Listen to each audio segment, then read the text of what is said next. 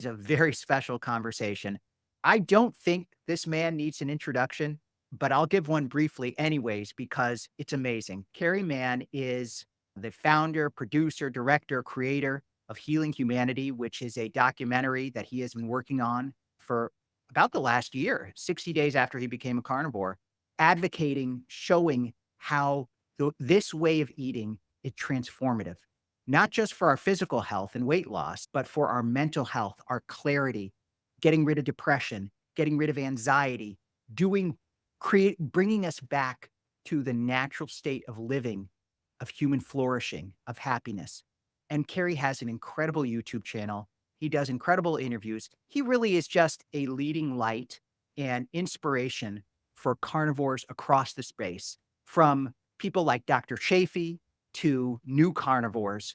Kerry has touched everybody. And I believe, aside from Dr. Barry, who's been a league of his own with 3 million YouTube subscribers, but Kerry may be responsible for bringing more people into the carnivore way of eating than anybody but Dr. Barry. Dr. Chafee's up there too, but Kerry has inspired a lot of people. And I am so honored that he accepted my invitation to talk on the channel. And we can give a little hint of a release coming soon, of a trailer.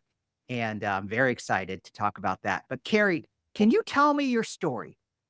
Tell me your carnivore story. How did you find this way of eating? Yeah, absolutely. What an introduction. Thank you so much. I really appreciate your kind words. So my story is right now I've been carnivore for about 475 days. I'm heading towards a year and a half. 500 days is going to be a big milestone soon. But prior to finding carnivore, I was suffering for a very long time. I had so many issues, so many health issues, and the health issues just kept stacking up. The biggest issue for me was mental health. I suffered from horrible depression and anxiety, uh, really dark stuff, suicidal ideation for many years, turned into insomnia. And and then the health issues started several years ago. My weight started increasing. At my heaviest, I was 100 pounds heavier than I am right now. So I was carrying around a lot of extra weight. I started snoring and I was diagnosed with sleep apnea. I had to wear one of those CPAP machines. I had to strap on my face every night. I was diagnosed with IBS. That was one of the worst things that every time I'd eat, my stomach would hurt. My stomach was always just gurgling and bubbling. And I tried everything the doctors told me, the medications, the low FODMAP diet, different ways of eating. Nothing ever seemed to help me. I had 2 kidney stones several years ago, which was one of the most painful experiences of my life. A couple months later, I thought I was having another kidney stone, but it was actually my appendix. And I ended up in the hospital just in the nick of time, and my appendix burst just as I got on the operating room table. And if it was like, if I wasn't on the operating room table, it could have killed me. It took them hours because they had to clean everything out because it burst just before they started that operation. I had skin cancer on my ear. I had arthritis really bad, which I never really knew was arthritis until kind of now. My elbows just always hurt, and my lower back since high school, it hurt. And I always just thought, this is just some injury. I was foolish when I was young. I lifted something weird, and it's always going to be like this. The worst thing near the end before I found carnivore was gout or arthritis. I'm still not quite sure what it was. I was diagnosed with gout in my foot, and for 18 months, I was hobbling around. If we would go to a grocery store, I was riding one of the mobility scooters, and it just got worse and worse. They did injections, they tried medication, and nothing relieved the pain. And finally, they said, we're going to have to do surgery on your toe. It was my second toe. They basically have to cut it at the joint and put like ball bearing metal in it. And I almost did that before I found carnivore. I was on so much medication. I show people this pill after pill. A lot of those were for depression and anxiety. And the depression was so hopeless and it just got worse and worse. And I guess to summarize things, the worst of it for me was several years ago. I was at home and I went to stand up and I got very dizzy and the side of my face was numb and my lip was drooping and my fingers were numb and I was confused and my wife was asking me questions and I couldn't find my words. And so she called 911. I went to the hospital and I was diagnosed with a TIA mini stroke. I was in the hospital for 4 or 5 days. Thankfully, it was mini stroke, which is temporary. It wasn't a forever stroke. It wasn't a full blown stroke, thankfully, but I was in my late 30s and they're like, why does this guy have so many issues? Why is he having a mini stroke? I think I was 38 at the time. And so they did more tests and I've always had an irregular heartbeat since birth. Every time I'd go to the doctor and I'd go to the doctor a whole lot, the nurse would check my blood pressure. She'd check my heart. And every single time she'd say, did you know you have an irregular heartbeat? And I'm like, yes, it's in my records. And you guys tell me that every single time I come in here. And it wasn't just like a little bit of a weird heartbeat. It was highly erratic. And so when I had the mini stroke, they did more tests. They did a heart echo. They did a heart catheter, which is more invasive. They did an echo down my throat, like an ultrasound down my throat to check my heart. And they diagnosed me with congestive heart failure. They said your ejection fraction is 44. Your heart isn't keeping up with the needs of your body. You have cardiomyopathy, congestive heart failure, and a low ejection fraction. And they said, this is chronic. The best you're going to be able to do is maybe keep it at a 44. This is going to be the rest of your life right now. Every time you stand up, you're dizzy, you're always fatigued, you're always tired. That's it forever. It may get worse. It's not going to get any better. If you're lucky, it'll stay the same. And that was several years ago. And then, Is that when you got into keto? Was that the trigger?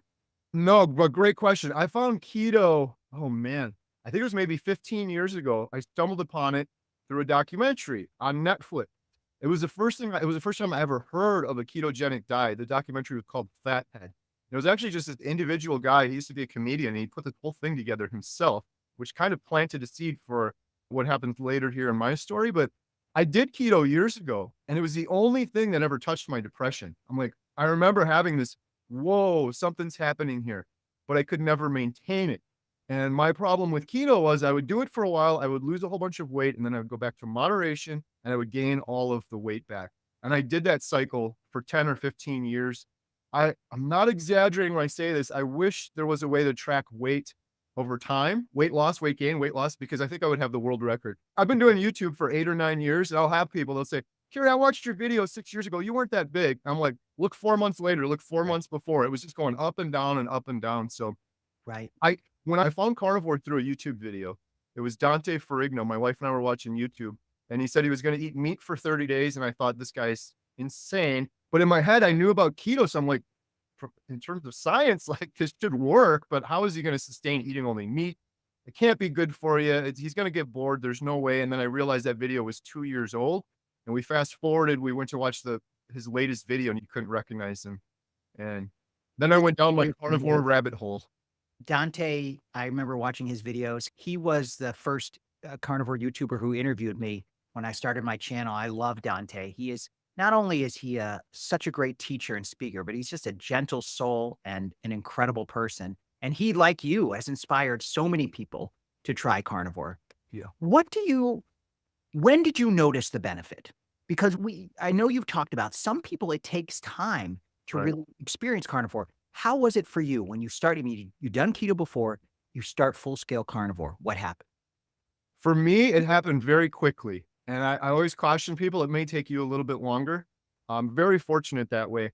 I stopped snoring immediately on carnivore. The next morning, this is crazy. People don't believe me, but I've since done a lot more research. Dr. Jordan Peterson was on Joe Rogan. He said he stopped snoring in the first week. And I've had this comment on my channel probably 1,000 times now. People stop snoring quickly because it's from inflammation. When I went in for that sleep study, they just said, listen, dude, you're 80 pounds overweight at this point. You need to lose this weight before you're going to stop snoring. And for me, I didn't lose a pound. I stopped snoring. So that happened really quickly. And then my stomach started feeling better. I think maybe 2 or 3 weeks in where I really started to notice it. And all of these things started happening. I started getting really excited about it. The fact that I stopped snoring right away, some people might be like, oh, that's great. It's more convenient you're not snoring. But I believe a lot of my depression, my horrible depression that I had most of my adult life, part of that stems from sleep issues. And when I started getting my sleep under control and improving it, I noticed the depression starting to go down. And as the sleep got better, the depression went down even more. I think it's all related. It's all tied in. And then now I'm learning so much more that sleep is so important for your hormones, cell regeneration, your immune system strength, all of those things. So that happened very quickly. A lot of things happened for me very quickly. The brain fog started going away probably a couple weeks in as well. That was huge. I knew I had brain fog before. I use this all the time on my channel, but I don't care because I love it. You can't see the fog until you're out of the fog. I knew I had brain fog before this, but I had no idea the extent of it till I got out in the clearing And that was a big game changer for me. No question. That's so well put. Already started to talk about this, where the sleep was regenerative. But this is a question I struggle with. I asked Dr. Chafee when I interviewed him, and he gave a great answer, but we still don't know. What do you think it is about carnivore that starts to clear up the brain fog, the snoring? Is it the inflammation? What is the trigger that accounts for its extraordinary benefits?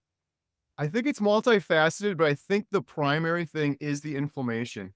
We got that inflammation in our body, it's in our organs. If you can, I can see it now so clearly in former pictures of myself or friends and family that aren't doing carnivore. I'm like, it's like inflammation radar. You can see it in their hands and in their face. If you can see it there, imagine what it's doing in your body or in your brain. It's everywhere. So I think inflammation is a big part of it. And then I think the hormones are the other big part of it. Yeah. Because of my heart issues, I was terrified of doing carnivore because meat's going to clog my arteries. I have congestive heart failure. I have an irregular heartbeat. I can't eat those sort of things. I truly believe that my body was deficient in cholesterol. Everyone in the world right now, probably for you as well, they'll say, oh, you're doing carnivore, you're going to clog your arteries. What about your heart? What about your cholesterol? What are your cholesterol numbers? I love it when it goes up.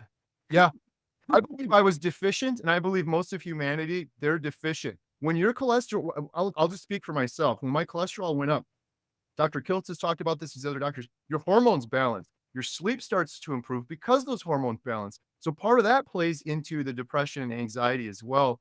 Yeah, so I think it's multifaceted, but I think the big thing is getting rid of that brain fog. So Or I'm just getting rid of the inflammation, gets rid of the brain fog. so powerful. So then what happens? You clear up, you are a high energy guy. Anyone who's watched your videos knows this. You are high. So brain fog clears up. Suddenly, Carrie is like Superman Carrie. And what do you start doing? You could talk about the documentary, but also talk about how you started to get word out, how it started to inspire people about the carnivore diet. Yeah, I appreciate the statement on the high energy, and it is definitely true now, but I was, and if you can ask my wife or any of my family members, I was the polar opposite, on the complete opposite end of the spectrum before. I feel like I got a second chance at life now, and I was in this prison. It's hard to describe the depression to people, but it was like I was in a prison, and that was gonna be my life forever, fatigue and prison and all these aches and pains and medication. And so to get out of that, it's hard to not be excited. I started I waited till day 30. One other thing happened real quick, and this was really impactful for me. My oldest daughter, Lily, my wife and I have triplets plus one. My oldest daughter, Lily, she's 19 now. She had open heart surgery. She had multiple blood clots that almost took her life. She was going down the same route that dad was. And part of me doing carnivore was I was thinking about her. Lily had open heart surgery. That all went well, but for 5 years, she had this horrible skin condition called HS. It looks like acne. It's incredibly painful. It bumps and blisters. It was all over her chest and all over her back. For 5 years, her mother and I, we tried everything. We took her to all these dermatologists. They tried pills. They tried creams. This last one wanted to do an injection, and they're like, this is going to shut down her whole immune system. I remember 2 years into it, Lily came out to me and her mom, and she said, I just want to die. This hurts so bad. We're going to all these doctors, and they have no idea what they're doing, and they're not doing anything. So on my day 8 of carnivore, after I had stopped snoring and my stomach issues started to slightly improve, my mood started to slightly improve, I'm like, "What? Lily, this has gotta be, it's probably just the foods you're eating." I started going down the rabbit hole too. Dr. Jordan Peterson was on Joe Rogan, and then his daughter, Michaela Peterson, and Michaela Peterson really inspired me because her story, she went through so much suffering as a young lady, totally reminded me of my daughter. And Mm. Michaela also had skin issues like my daughter. So long story short, I said to Lily, why don't you just do this with me? I said that to her on day 8. I'm like, she was 18 at the time. You're 18, you can do whatever you want. But she decided to do it. 8 days into it, half of her back had cleared up. And she went on full 30 days with me. In fact, I think the last couple days she did full lion diet. At the end of 30 days, completely gone. This HS, she suffered for 5 years, completely gone. And not one of those doctors ever said anything about nutrition to her. None of them did. It was just pills and injections and shots. So that got me really fired up. On day 30 of carnivore, I've been doing YouTube for 8 years at that point about our homestead, about chickens and goats and running a homestead. I'm like, let's just do this one off topic video on carnivore diet, my 30-day update. I didn't know what would happen, but I was really fired up and my energy. I just sat down and I recorded it, which I never would have done before. Like all my YouTube videos, you're planning them out and scripting them. I'm going to say this. I just went and I riffed, and I actually went quite longer than that video and then had to edit it down a little bit shorter. I did that video and it really resonated with a lot of people. I started getting comments. The thing that really touched me was people saying that they had hopeless depression just like me, and that they overcame it just like me, and that they wish they had known about this 10, 15, 20 years ago, just like me. I would have given anything to have this as an additional tool in my toolbox years ago. And then I started doing more and more YouTube videos, and just I keep getting these messages from people like, "Oh, I saw your video," or "This inspired me," and they did it, and they're having these similar results. So I started doing more YouTube videos from there. Amazing. In some ways, I had that same sort of epiphany and I got a little angry. Like, why did, but then there's a carnivore zen that comes over you in a carnivore. And it's okay. The anger, it dissolves and there's a certain positivity. When you think about carnivores, the word carnivore, you think of the apex predator in the Right. jungle, but it actually has the opposite effect. You feel like I almost feel more loving and peaceful as a carnivore, less aggressive. Does that resonate? 100%. One of the many unintended consequences of going carnivore. We didn't do it for that reason. I feel like such a better person. I've interviewed 26 individuals for the documentary now. And so I've probably, geez, 150 maybe. I don't even know at this point on my YouTube channel. One thing they all have in common is this overwhelming gratitude. I hear it from every single person I interview. I've interviewed this one woman, Mimi. She had Parkinson's. She's doing carnivore right now. And she said, Carrie, I wake up every morning with just overflowing with joy and gratitude just to look at the sunshine in the morning. And I don't know, is it because we get this second chance at life? Is it because we're thinking clearer? It's probably a combination of those things, but I have seen it too, and I'm so thankful for it. And I'm thankful for it on one hand, on the positive end, on the cynical end, I guess. It's one of the reasons I'm passionate about this documentary, because most of humanity isn't going to feel like that. They're in that standard American brain fog. They're never going to feel like what it feels like. And I really truly believe this. I interviewed a gentleman who's 65 on Carnivore. He looks like he's 40. I showed him to Dr. Barry when I interviewed Dr. Barry. I said, look, Carnivore de-aged him. And Dr. Barry, in all of his wisdom, said, no, that's not what's happening here, Carrie. Everyone at 65 would look like he does at 40 if they were just eating a proper human diet their entire lives. So this is what all humans imagine, Evan, if all humans were feeling like we were feeling, with no brain fog, all of this energy. It's amazing. It's one of the other reasons I'm doing the documentaries. It's for those people. I wanna get into the documentary, but what you just said made me we were talking beforehand about how one of the overriding themes, even more than carnivore, is returning to nature, to a natural way of living. And I've referred to that as rewilding. We're not gonna go back to the hunter-gatherer stages, even though it was great, even though hunter-gatherers were very happy, the civilization is in a different place now. But the natural human state was more joyful, was Yeah. more playful. And so when we're giving ourselves the proper human diet, we're at least in some ways in our minds returning to that natural state and physically as well. So it's almost a positive thing about humanity. And that's where we get into Healing Humanity, which is the documentary that you have been working on, crowdfunded, which not like the vegan documentaries that are funded by Beyond Meat and all those other places, crowdfunded. Tell us first, can you tell us how you got the idea and then what you did to get it going? Yeah, excess carnivore energy. I don't know what it was, but it was like, I think it was day 67. One thing happened. So many amazing things have happened on carnivore with me, but one other interesting thing is one of the triplets, my other daughter, not the one I mentioned before, she was vegan for 5 years for compassionate reasons. She loves animals. She thought she was doing bad by killing them. She then realized that the vegan diet she was eating actually kills many more animals. 70 million birds die a year just from pesticide poisoning. There's so much waste going into all that. But she said, I'm doing carnivore now, but I'm going to be a compassionate carnivore. I want to know where my meat came from. We try to get a lot of our meat from our neighbor. We actually see the cows every single day. They're treated well. It's not a big feedlot sort of deal.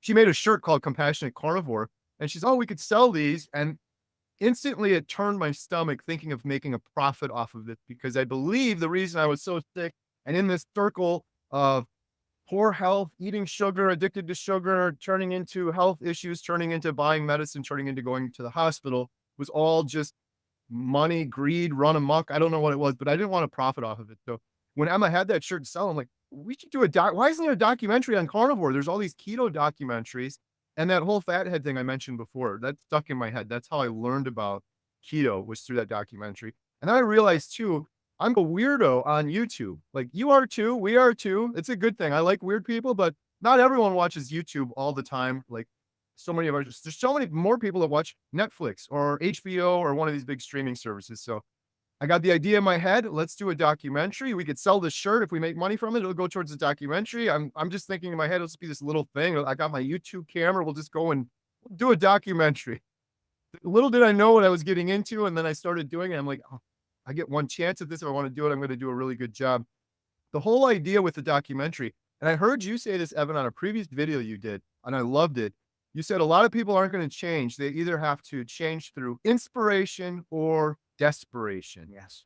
And I learned this a long time ago. I don't believe we can change another human being ever. There's nothing you can do. You could talk at them until you're blue in the face, give them all the reasons. They have to be inspired or they have to be desperate. They have to make the decision on their own. So that was the thing that when I was doing the documentary, thinking about doing the documentary that I wanted to do differently. I just want to inspire people. I don't want to tell people eat carnivore, eat meat, do what I did. And I didn't really want to get into let's do a deep dive into the science of ketogenic diets throughout history into here. We want to talk about that a little bit. We want to have the science, but really the documented stories that matter, the individual stories, that's what inspired me. Dante inspired me. He inspired you. And we start watching these other people and then they inspire. So that was the whole idea. Let's just follow people around. Initially, the idea was follow them over the course of a year, doing a proper human diet, carnivore diet, and with different health issues. This guy's got type 2 diabetes. This guy's got depression. This person has fertility issues. They're trying to start a family. Follow them over the course of a year and just have some of the good doctors in there. That was the plan and that was the idea. And then, yeah, it's What, about from what there. happens? You have gone to Alaska. You have gone to Boston. You have gone to South Carolina. You've got now people I know want you to come to the UK. What has inspired you the most? Is there a story that you can share or just or an interview or so? I know we have to be careful because with Netflix, you can't give away what's going to be seen and so forth. But what has inspired you doing this documentary? Yeah. Wow. Great question. I don't know if I can pinpoint one thing, just so many stories of healing. And it makes me mad when people are like, those are just anecdotes. And I've heard tens of thousands of them at this point. The thing that really inspired me early on, I interviewed intentional carnivore Sean White on my channel. And the way he described his hopeless depression sitting on a couch, it made me tear up. And it was like, this guy gets it. Like, this guy went through the same depression I did, and he overcame it. And he lost like 240 pounds in 1 year. That really got me fired up initially. And then, really early on, after announcing this documentary, I keep saying it's Providence. It's something bigger than me. I don't know what it is, but I got a comment on one of my YouTube videos from Bill Knott in Alaska. And he also similarly described the hopeless depression, the dark black hole depression that he was in for so long, stuck in his house for 4 years in Alaska. He said, I'm going to die. This is it. I feel like I see it in my dreams. He said, if I don't make some drastic change, I'm going to die. But on the flip side, I live in Alaska. Meat's expensive. I'm on a fixed income. I've been stuck in my house for 4 years. I can't afford meat. That was what really got me fired up and inspired early. And it's a long story with Bill, but we connected. And 3 weeks later, my daughter Emma and I flew out to Alaska, and he's the first person that we filmed for the documentary. This isn't like flattery or trying to hype things up. Like, what are the odds that it would be Bill? This guy he's got a huge heart. Everybody loves him. He's great on camera. He shouldn't be. By all accounts, he shouldn't be any of those. This guy's been trapped in his house for 4 years. He should be cynical. He shouldn't be comfortable in front of camera and talking, but it's the polar opposite. I often think about that. There could have been 100 Bill Knotts that I decided to just pick up everything and fly to their home and film them. And I just happened to get this guy who's absolutely incredible. It's not, he hits 1 year next month, and my daughter Emma and I are flying back to share his 1 year update, which is Man, be incredible. fantastic. That is so powerful. When people criticize carnivores, which we know we hear it a lot, it's these stories, people like Bill, people like you've talked to, that almost make me immune to the criticism. Say, okay, sure, you can be a hater, but we know these tens of thousands of stories of people who have healed. And that's just so nourishing. We all have our own story. then to hear it from so many others, it's just so inspiring. Let's imagine, what does success look like for the documentary? Let's picture it comes out. What is your hope and your dream for it? Yeah. Wow, these are some great questions. My initial goal with the documentary is I don't care how we do it, I want to reach millions of people that are hopeless. That could be hopeless with depression and anxiety like I had, or that could be hopeless because you're 700 pounds stuck in your house, or because you have type 2 diabetes and maybe you have to have your foot amputated. But the goal is to reach millions of people. Retrospectively, now that Bill's about to hit 1 year, if it all ended right now, honestly, it would be worth it just for what happened with Bill. 100%. I get teared up thinking about it. Bill and I are like best friends. I talk to him 3 or 4 times a day, every single day for a year now. But just to see him walking and being free, and he overcame his depression weeks into carnivore. That alone was worth the price of admission. But the big dream, the big goal is to reach millions of people. And what would be absolutely incredible and what we're working towards now is actually getting this on the big screen. Initially, I said from the beginning, let's get it on Netflix. And the only reason I said that isn't because I love Netflix or I think Netflix is going to be very happy to have a documentary about the proper human diet on there. It was because I was trying to reach as many people as possible. Now our aspirations are higher. We're trying to get on Angel Studios, which means we could be on the big screen as a full feature documentary on the big screen. And then later it could be a hybrid. It would be streamed to possibly Netflix or one of these other ones. But goal is to reach millions of people that are hopeless out there. So powerful. And how can people in my audience, I imagine many of them already know about the documentary, but for those who don't, how can people support it? Yeah, so our website is healinghumanity.movie, and you can donate there if you'd like. If you can't afford donating, if you just if you share some of the videos or share the website, if you know someone that's hopeless. We are still looking for a couple people. That's the big question I get, is when is this thing going to be done? We're still trying to find a few folks for type 2 diabetes and women's health to showcase in the documentary. The documentary's gotten so big now that we already have plans that we're going to do a series afterwards, because we can't do some of these topics justice in just a 90-minute documentary. So if you have an interesting story, an intriguing story, you can submit that at healinghumanity.movie. If you want to donate, we have a GoFundMe. I said this from the beginning, every penny we get from donations, if you buy these shirts, we've got salt shakers, all that stuff, every penny goes 100% towards the documentary. I have not, and I will never take a penny salary payment, anything like that. All of those go directly so that we can, up to this point, they've gone to purchase the camera equipment because we got to have a Netflix approved camera and lighting and stuff like that, and then travel and filming people. But we're actually in the process right now of turning it into a nonprofit. For all intents and purposes, it already is a nonprofit, but for tax code reasons, it's going to be a nonprofit going forward. So That's great. I don't think people know how expensive and how time consuming a documentary is. I do. My wife and I both have volunteered with an organization called the Family School here in Chicago, which is Jewish Catholic. And they made a documentary about the 30th anniversary of the Family School. And we were in it. It took 5 years and hundreds of thousands of dollars. So this is truly a labor of love. And I just want to say I totally appreciate you saying that. And we are any documentary that you see on the big screen, millions. It would cost millions.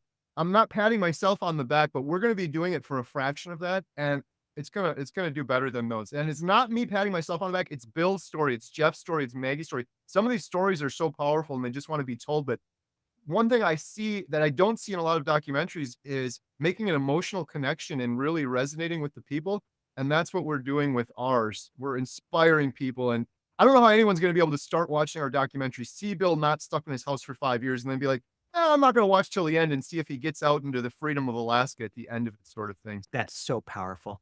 And a lot about movies and documentaries. Tell it, because tell a little bit about your life outside of simply being the carnivore guy and the healing humanity guy. You own a movie theater. Tell us about it. Yes, my wife and I purchased our small town movie theater coming up on 2 years now.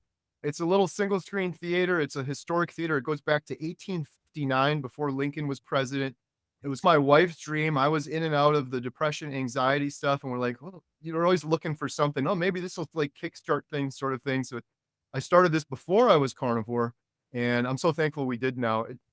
One of the amazing things with carnivore is it seems like no matter, again, I've interviewed hundreds of carnivores, no matter what they're doing, whatever their success metric is, seems to go up on carnivore. I interviewed a pastor of a church in Austin. He said his congregation's doubled in size since he started carnivore. I I hear know things like that exactly who all you're the time. talking about. He's a good I know exactly who you're talking about. He's Yeah, a he's great guy. awesome. He's a good guy. So the movie theater's been going great. It's more of a I gotta stop with the passion project. We never did it to make money. There's really not a lot of money to be made in a single screen movie theater in a town of 1,400. But the community, the people that we've been able to meet has just been incredible. And part of the reason we did it is because the triplets they just turned 17 and it's going so quickly. So when we purchased it, this will be a fun sort of family adventure. We can run it all together. And that's what we've been doing for about 2 years now. And when this premieres, it's going to premiere up here at the theater. So I'm looking forward to that too. Fantastic. So, Carrie, one final question. If for somebody who wants to help promote the carnivore diet, who already is bought in, and what's one thing that they can do to help bring healing to humanity in their own lives? Oh, great question. So this whole topic, healing humanity, pretty audacious. It's a big statement. Like, how dare you think you're going to heal all of humanity? But I like to simplify it. And the way that we heal humanity is if each and every one of us just heals ourselves. It's all you got to do. We just got to worry about ourselves as individuals. It's amazing the ripple effect. It's amazing what happens. I can't believe it right now. I really cannot believe it. My mom and my stepdad, they just visited. They just hit 1 year on carnivore. My stepdad just turned 70. He's on the monkey bars. He's thriving, but his peers, they're like, "What are you doing? Like you had knee issues and you were like 60 pounds heavier." And it's just spreading like that. So if each of us are our own example, we're the best humans we can be. I think that's how we heal humanity. On a smaller scale, I get this one a lot. Like I have a loved one and I'm really worried about them. And I know carnivore would help them, but they're not going to listen to me. Inspire them. There's so many videos out there too. Maybe your loved one is suffering from type 2 diabetes. You can find a video that's going to resonate with them. That's another individual that had type 2 diabetes. Inspire them that way versus just saying, "Oh, trust me, do carnivore." Plant that seed and inspire them. And even if they don't do it right away, you're planting a seed that may come back later. My wife just hit 100 days on carnivore. So it took her, what was it, 245 days. It took 245 days of me doing carnivore before she decided to jump on and do it. I never would have thought she would have done it again too. So I think that's my best advice is try to inspire them. That's what we're trying to do with the documentary, but there's so many great YouTube videos out there that can inspire. Fantastic. You just reminded me in Judaism, there's a concept called tikkun olam, which means repair of our world, to bring the world closer to what God intended it to be. But the Jewish sages teach that tikkun olam begins with midai. Tikkun midai means repair of ourselves. Mhm. That's the first step. So when we do tikkun midai, when we work on ourselves and we grow, the ripple effect is tikkun olam, repair of our world. Yeah. Thank you so much, Carrie. Thank you for your time and your wisdom. And everybody go to healinghumanity.movie and support this incredibly important project. Thank you. Thank you so much, Evan. I really appreciate it. Hello, Kerry here from Healing Humanity. A proper human diet has changed my life forever. Not only am I down over 100 pounds since my heaviest, I also overcame depression and anxiety and many other issues. Now I'm going on a journey to help others do the same. You know, I've been a doctor for nearly 30 years now. We've all been misled for so long. And they gave me pills for anxiety, they gave me pills for depression. Our bodies are so deficient and so malnourished that of course you're going to get diseases, of course you're going to get sick. I believe that I may have caused my cancer. It is no way to live. It's a nightmare. I was just so hopeless for so many years. It just kills me to know that the answer was out there the whole time. The food that we're eating nowadays is simply not food. I mean, just because we put it in our mouths and we chew it and swallow it doesn't make it food. We can sit back and we can say the bloody doctors, it's not their fault. They were trained and they're doing what they were trained to do. The thing that really pisses me off is that the people that we should have been able to trust, the literal organizations that we look up to protect us, are the people who have done the majority of the misleading.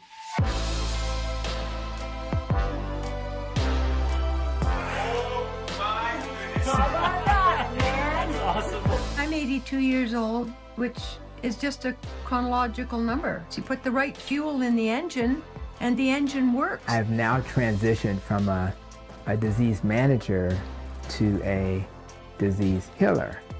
I've transitioned from a drug dealer to a killer. 3 weeks ago, I didn't know this man, Bill, from Alaska. Bill is 700 pounds and he's been stuck in his house for 4 years.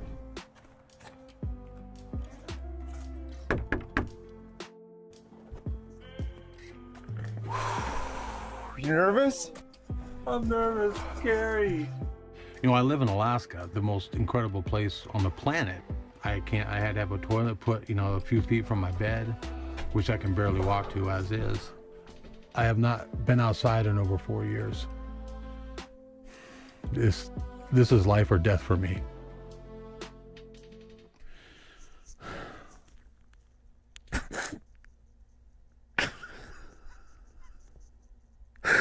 I'm sorry, Kerry.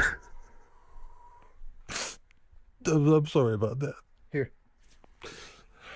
Man, thanks, dude. Oh my gosh. Oh my gosh. Now, for the first time in a long, long time, I'm looking towards the future, which I've not had in such a long, long time. And it's just the most incredible feeling. Thank you for watching. Hopefully you enjoyed our preview. There's so many more stories out there that need to be told. If you want to learn more, if you want to contribute, if you want to support